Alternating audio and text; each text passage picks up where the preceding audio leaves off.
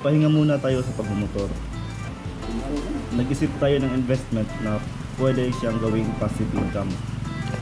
Ito ang pagbababuyan. Bumili tayo ng 10 biik.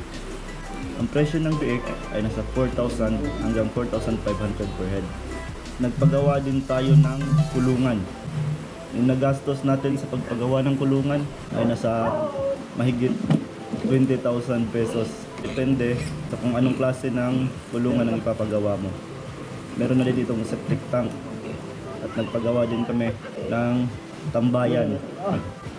Isa sa mga natutunan ko na kailangan pala at least 1.5 months ang biik bago mo kunin mula sa pagkapanganak nito. Kasi lugi ka kung maaga mo kukunin o kaya ay sakitin pa yung biik.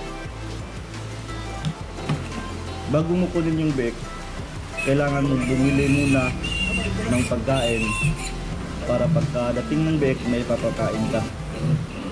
Bumili muna kami ng Sprinter, 1 kilo lang, para hindi masyadong ma-stress yung biik pagkadating sa kanyang bagong kulungan. Kinabukasan, bumili na kami ng pagkain ng baboy. Ang binili namin ay pre-starter.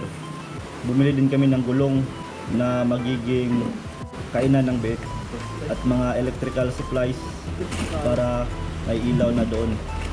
Yung ilaw kasi na ginamit namin nung pag-transfer ng biik temporary lang. Ito na nga yung kulungan.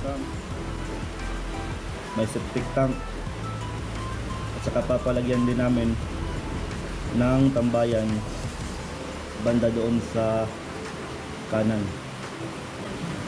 Pagkakuha mo ng biik, kailangan mong tanungin yung may-ari kung tapos na siya mag-deworm.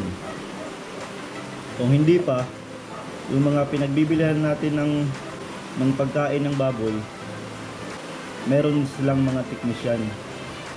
Nagbibigay sila ng libreng bakuna sa mga customer nila. Kaya kailangan mo na lang magpa-schedule para magpabakuna kung sakaling hindi pa nakabakunahan ng may-ari yung mga biik. So far, yun yung mga natutunan ko bilang first time na mag-alaga ng mga baboy. Medyo marami pang bigas na kakainin, pero masaya ako dahil may mga natututunan ako at nakikita ko rin yung progress ng baboy.